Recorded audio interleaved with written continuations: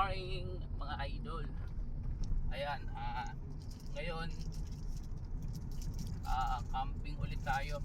Pupunta tayo sa Agos River, sa floating cottage guys, sa Infanta, Quezon. Nandito na tayo sa Tanay. So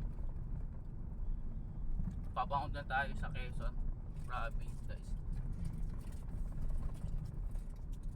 Ganda ng daan dito mga idol.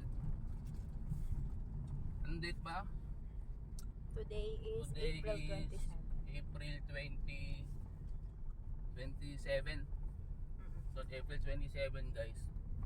So samahan nyo kami sa ano natin, sa pagka-camping. Ma-experience natin yung kanilang floating cottage guys. So abangan nyo guys ha. Balik ako guys. Sierra Farms.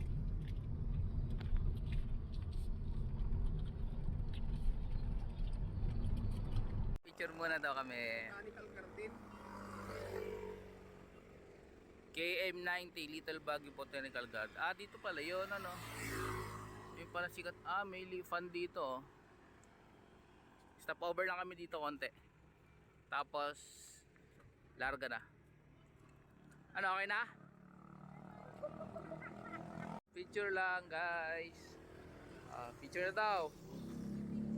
Picture. Ayan. Daming nagpupunta. Ayos ah. Hello. Ayan, nandito na tayo sa ano, sa Agos River guys. And tent namin. Ayan, tent namin. Tapos naglagay kami ng canopy. Nagluluto tayo dito ng barbecue. Ang mga bata oh. Si Laika, vlog to. Ayan si ate. Linis ang tubig guys oh. Yes. Go. Ayan sila Kuya Joel, Kuya Wilson, Kuya Tony. Ayan. Hindi kami nakaabot sa ano eh. Hindi kami nakaabot sa floating cottage kasi dapat pala maaga ka punta dito. Nakarating na kami dito mga 7:30 guys. So kaya yan lang ang ano namin, nakuha namin cottage guys. Yes. Enjoy ka Ate Laika. Pwede na ate. Pwede na. Let's go. Hi Nitro. What's up Nitro? Hi Nitro, kamusta? You enjoy the water? Pwede magdala ng pet dito guys oh. Yan. Ang aso to, Belgian. Okay. Let's go. Wala akong pang content eh, kaya bibidyoan kita. Yes, mami. Susunog na. Susunog na yung ano natin. Wait lang. Ano yan, video? Picture. Kuya, pera nga muna tong, kuya. Susunog na. Video nga ito eh. Vlog nga ito, vlog.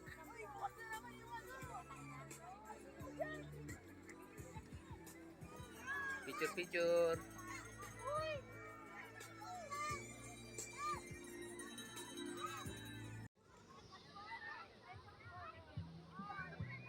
Relax na dyan, mami ah.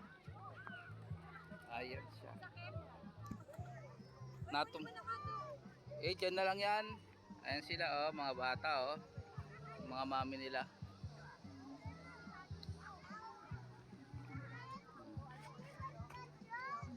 Sarap Ate Laika. Ate Laika, namumula na ilong mo.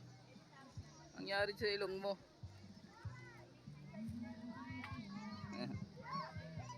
Shot tayo, shot. Ayan, shot tayo. Look. Yan sila kuya. Shot lang kami dito guys.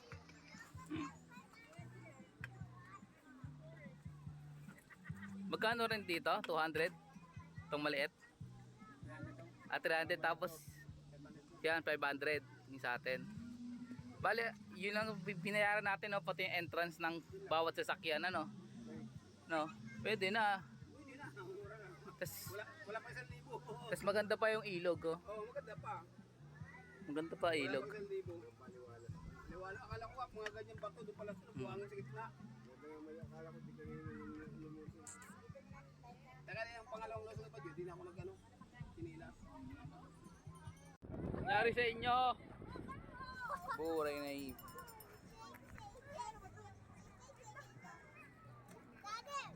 Yes. Wow, very nice. Natanggal na yung ribbon na. Hindi kayo mapalagay dyan ah. Sige, tusok mo kahit saan.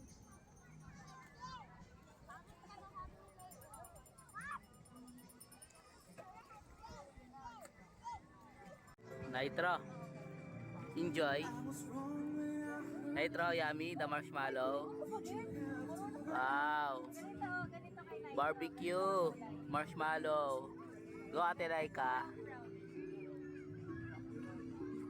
Ang sarap niya na. Nag-enjoy kayo sa marshmallow.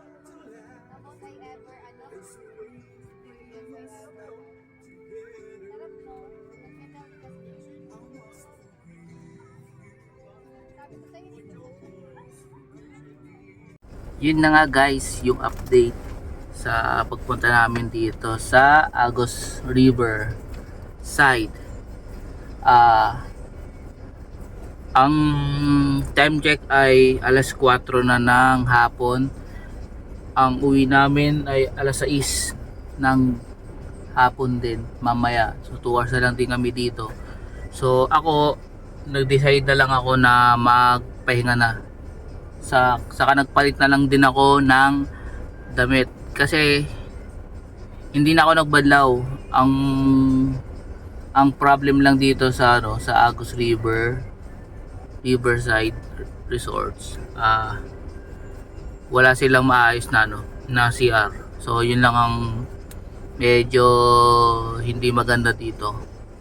Saka merong tubig, meron silang improvised na mga CR na parang barong-baro lang yun guys, pero walang tubig na matino.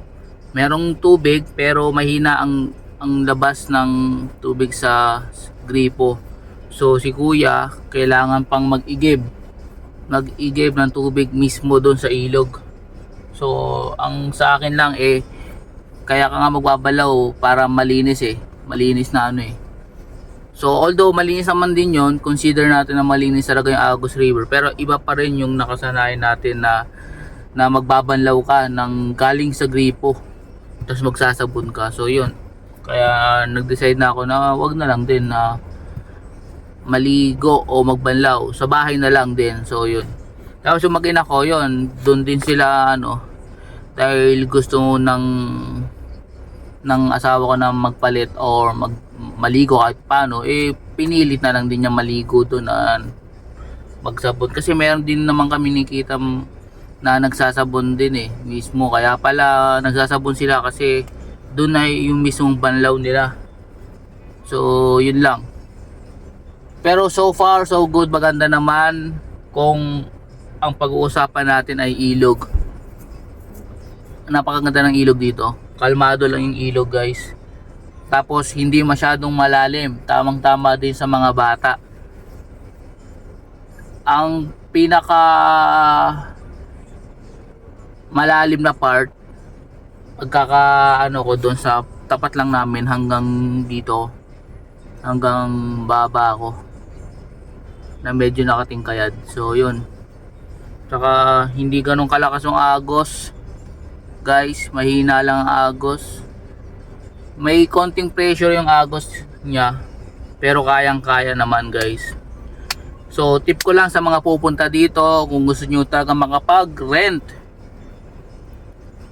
ng floating cottage guys, kailangan nyo talagang pumunta ng maaga guys. Kasi pagpunta namin dito mga 7:30 o 7:45 na, medyo marami na rin tao. Ngayon ay Sabado, so expect na marami talagang tao kasi weekends.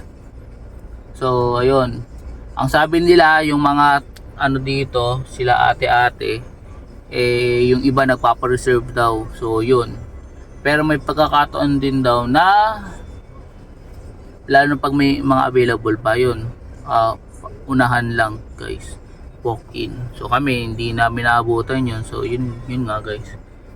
So ano pa ba, parking okay naman yung parking nila dito mga idol. Napaka luwag din guys, ano, goods din guys. Saka meron din ako napansin dito, merong mga tindahan dito sa bandang gitna. So kung meron kayong mga nakalimutan bilhin, kagaya ng basic na yelo, uling, o kung ano-ano pa, meron dito guys.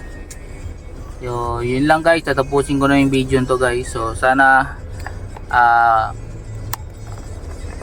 makarating din kayo dito guys. So kung sa ano lang, okay na din dito. Kung naghahanap kayo ng mura, swak sa budget ninyo, itong ang pangalan nito, Agos River Side Resort, tamang tama sa inyo guys. So paki-like, pa-share na lang ating video guys. So huwag kalimutang i-subscribe din ako guys sa mga social media natin guys, sa YouTube natin guys. So yun, Team Kalupit guys.